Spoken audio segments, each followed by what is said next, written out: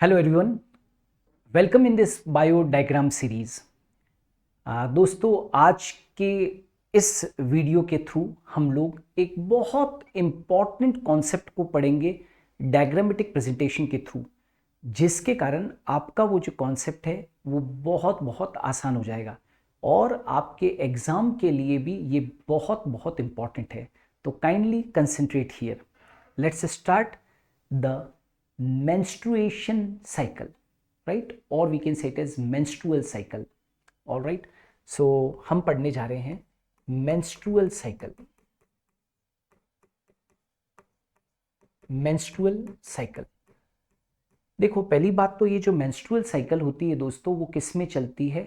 तो ये प्राइमेट्स जो होते हैं, प्राइमेट फीमेल्स जो होती है, उनके अंदर ये मेंस्ट्रुअल साइकिल चलती है। जैसे मंकीज, एप्स एंड ह्यूमंस, है ना? मंकीज, एप्स एंड ह्यूमंस, ये जो मेंस्ट्रुअल साइकिल होती है, it starts at the age of puberty. It starts at the age of puberty, right? और उसको अपने क्या बोलते हैं? मेनार्क कहते हैं। What we call it as menarche, menarche. और एक और चीज क्या होती है, एक और क्या होता है जिसको कि हम लोग बोलते हैं मेनोपोज। मेनोपोज। तो starting of menstrual cycle at the age of puberty is called as the menarche, and stoppage of menstrual cycle at the age of 45 to 50 is actually called as menopause। और human females के अंदर जो menstrual cycle का duration होता है वो कितना होता है? 28 डेज का होता है। I am talking about a normal female, उसके अंदर 28 डेज का होता है। बट स्ट्रेस के कारण, पुअर हेल्थ कंडीशन के कारण, it's not necessary that a female will always menstruate in 28 days only. कभी कभी किसी फीमेल के अंदर मेंस्ट्रुएशन थोड़ा जल्दी हो जाता है, कभी कभी 3-3 महीने निकल जाते हैं, 2-2 महीने निकल जाते हैं और मेंस्ट्रुएशन नहीं होता है। तो नॉर्मल फीमेल के अंदर 28 डेज का होता है। एक 28 डेज का जो मेंस्ट्रुअल साइकिल होता है वो एक रिप्रोडक्टिवली हेल्दी फीमेल को शो करता है। ठीक है, अब हम लोग यहाँ पर आपको बिल्कुल सिंपल लैंग्वेज के अंदर हम यहाँ पर एक आपको कंप्लीट मेंस्ट्रुअल साइकिल एक बिल्कुल सिंपल वे के अंदर समझाने की कोशिश करते हैं। ठीक है, तो काइंडली कंसंट्रेट हियर। यहाँ पर आपको समझाने के लिए मैं एक बॉक्स बना देता हूँ, राइट, ताकि बहुत चीज़ें सिंप्लीफाई हो जाए। To understand the menstrual cycle, यहाँ पर मैंने एक बॉक्स बनाया, राइट। और यहाँ पर इस बॉक्स के अंदर मैं कुछ डिविडेशंस डाल देता हूँ ताकि चीज़ें आसान हो जाए। मैंने एक पार्टीशन यहाँ पर बनाया और एक पार्टीशन मैंने यहाँ पर बनाया, ठीक है।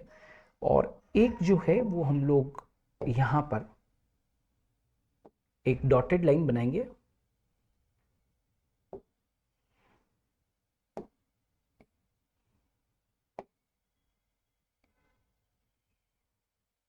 यहाँ पर, ठीक है। ये 4 पार्टीशंस मैंने यहाँ पर बना दिए। अब सबसे पहले जो मैं चीज़ लिख रहा हूँ वो है यहाँ पर pituitary hormones, pituitary hormone levels. यहाँ पर इस जगह पर, यहाँ पर मैं बता रहा हूँ कौन सा? पिट्यूटरी, पिट्यूटरी ग्लैंड जानते हो ना, पिट्यूटरी हार्मोन लेवल्स। यहाँ पर मैं बना रहा हूँ ओवेरियन इवेंट्स, राइट। ये क्या है? ओवेरियन इवेंट्स हैं।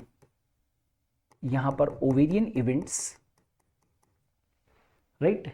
यहाँ पर ओवेरियन हार्मोन्स, इस जगह पर ये वाले ओवेरियन, ओवेरियन हार्मोन्स,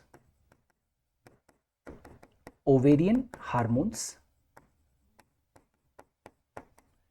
और ये वाली जो है, ये वाला वो क्या है, यूटेराइन इवेंट्स है, यूटेराइन इवेंट्स, राइट। ये जो पूरा के पूरा आप सेक्शन देख रहे हो, इसके अंदर मुझे आप लोगों को ये पूरा एक्सप्लेन करना है, ठीक है। अब पिट्यूटरी हार्मोन लेवल्स को पढ़ने के पहले हम क्या करते हैं, एक सेंटर में एक लाइन बना देते हैं, राइट, एक सेंटर लाइन बना देते हैं बिल्कुल मिड, इस तरीके से। आप सभी जानते हैं कि मेंस्ट्रुअल साइकिल 28 डेज का होता है, ठीक है। तो यहाँ पर ये 28th डे है, और ये यहाँ पर ये फर्स्ट डे है, और ये वाला जो है वो कौन सा है, 14th डे है, ठीक है। अब हम मेंस्ट्रुअल साइकिल को पूरा के पूरा अलग अलग फेजेस में डिवाइड कर देते हैं, ठीक है। एक फेज यहाँ से यहाँ तक मैं डिवाइड करता हूँ, ये फ्रॉम राइट डे, यहाँ से लगाकर यहाँ तक, आप यहाँ से यहाँ तक देखें, ये day 1 to 4, right, day 1 to 4।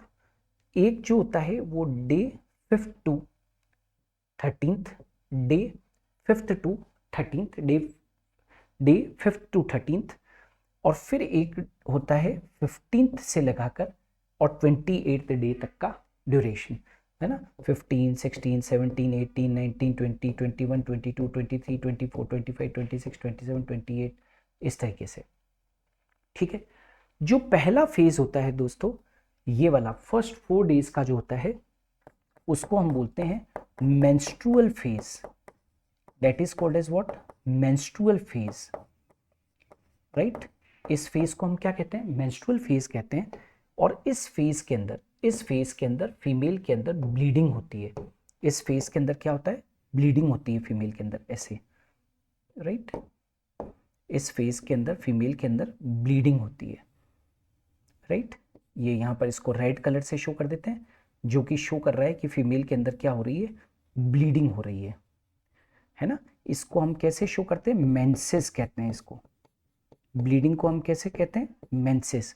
तो मेंस्ट्रुअल फेज के अंदर क्या हो रहा है, ब्लीडिंग हो रही है। अब एक और फेज होता है जो 5th डे से 13th डे के बीच में होता है, इसको हम बोलते हैं फॉलिक्यूलर फेज, फॉलिक्यूलर फेज, क्योंकि इस फेज के अंदर फॉलिकल्स का डेवलपमेंट होता है। Primary follicle transform into secondary follicle, secondary follicle transform into tertiary follicle, tertiary follicle transform into graphene follicle, अभी बताएंगे। तो ये फॉलिक्यूलर फेज होता है, राइट। और ये 13th डे के बाद में, है ना, 14th डे या कभी कभी 15th डे तक, 16th डे तक, ये जो फेज है इसको हम बोलते हैं ovulatory phase, what we call ovulatory phase, जिसमें कि ओव्यूलेशन होता है, ग्राफिन फॉलिकल रप्चर होती है और एग या ओवम बाहर निकलता है। और 15 से लगाकर 28th डे तक का जो फेज होता है, उसको हम लोग बोलते हैं luteal oblique secretary phase.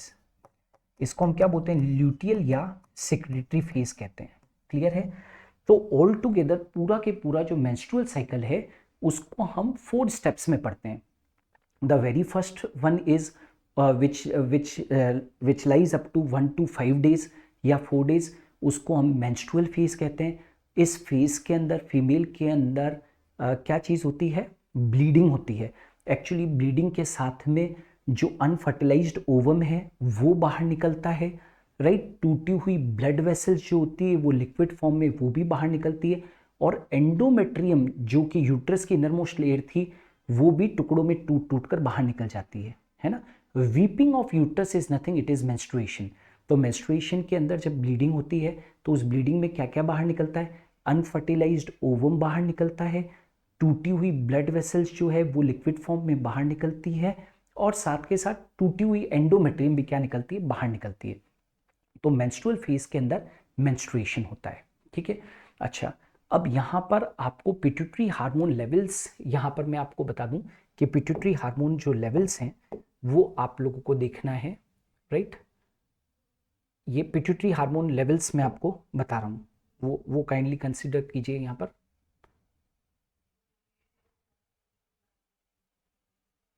Right, ये एफएसएच हार्मोन है, दिस इज एफएसएच हार्मोन। और एक और मैं लेता हूँ, और वो है दूसरा जो हार्मोन का लेवल है,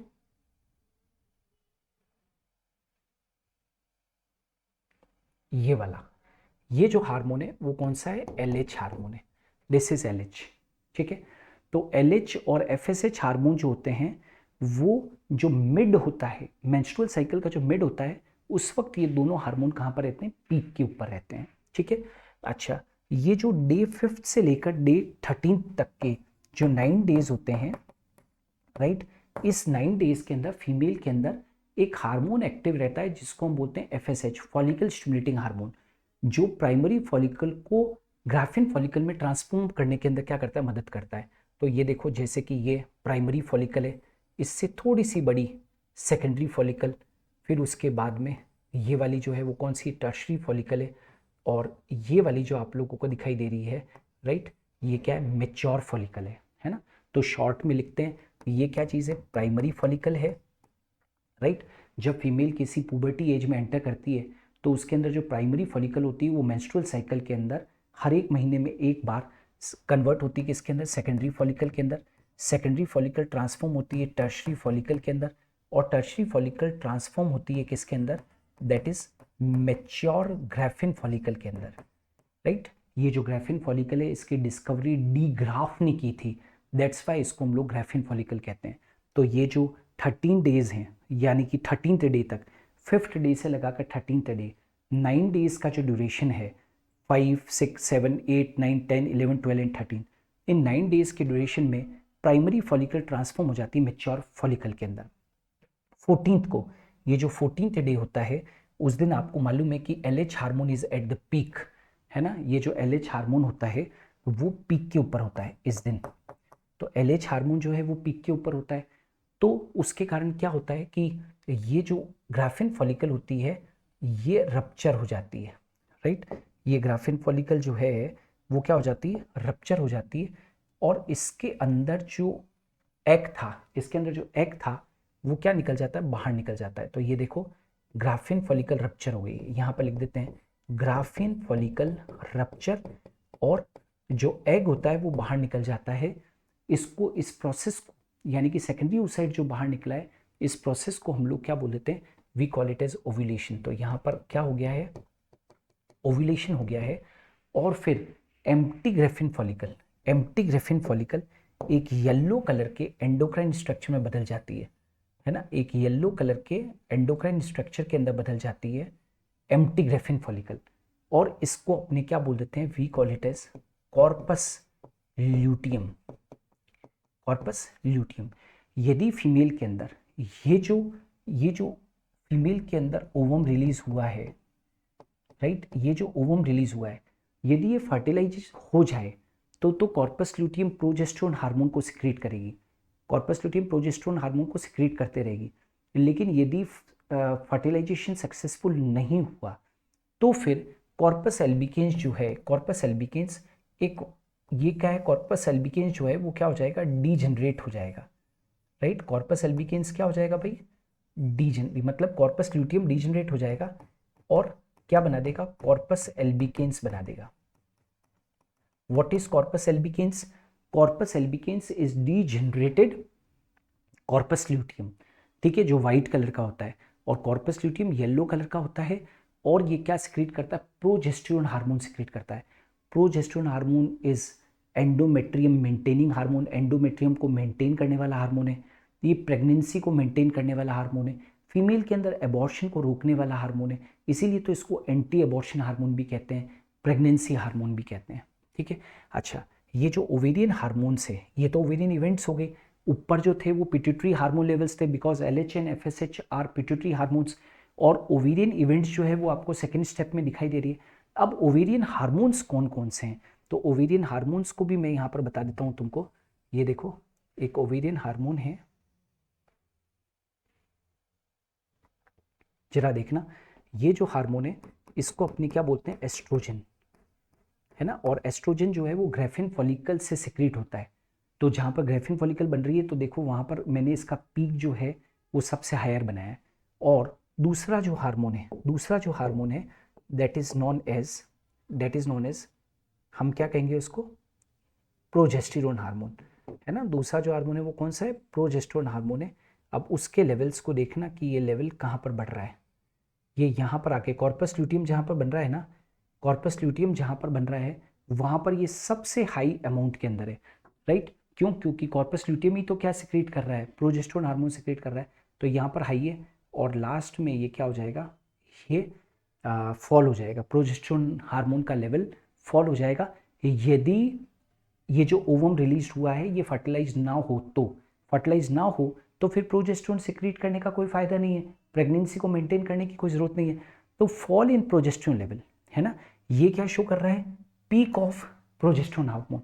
और प्रोजेस्टेरोन हार्मोन फॉल हो जाएगा, है ना। ये यदि लास्ट में प्रोजेस्टेरोन हार्मोन के फॉल होने से ही, प्रोजेस्टेरोन हार्मोन के फॉल होने से ही मेंस्ट्रुएशन होता है, क्लियर। और प्रोजेस्टेरोन हार्मोन हाई होगा तो कॉर्पस ल्यूटियम क्या सिक्रीट कर रहा है, इसका मतलब प्रोजेस्टेरोन हार्मोन सिक्रीट कर रहा है। तो ये वाला जो हार्मोन है वो कौन सा है, प्रोजेस्टेरोन। जो मैंने ब्लू कलर से शो कर रखा है वो क्या है, प्रोजेस्टेरोन है। और वाइट कलर से जो शो कर रखा है वो क्या है, एस्ट्रोजन है, ठीक है।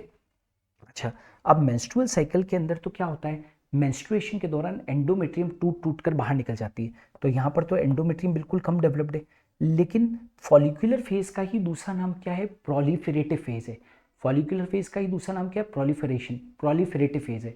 प्रोलिफेरेटिव फेज के अंदर एंडोमेट्रियम जो टूट कर बाहर निकल गई थी वो धीरे धीरे करके फिर से क्या हो रही है, डेवलप हो रही है। ये देखो धीरे धीरे क्या होती चली जा रही है, डेवलप होती जा रही है। और ये डेवलप अभी भी हो रही है, राइट। आप देख सकते हो एंडोमेट्रियम जो है उसको मेंटेन करने वाला कौन है, प्रोजेस्टेरोन हार्मोन है। तो जब प्रोजेस्टेरोन हार्मोन हाई होगा तो एंडोमेट्रियम भी क्या होगी, बहुत ज़्यादा डेवलप होगी। लेकिन जब प्रोजेस्टेरोन का लेवल गिरेगा तो ये एंडोमेट्रियम भी क्या हो जाएगी, टूटकर और बाहर निकल जाएगी।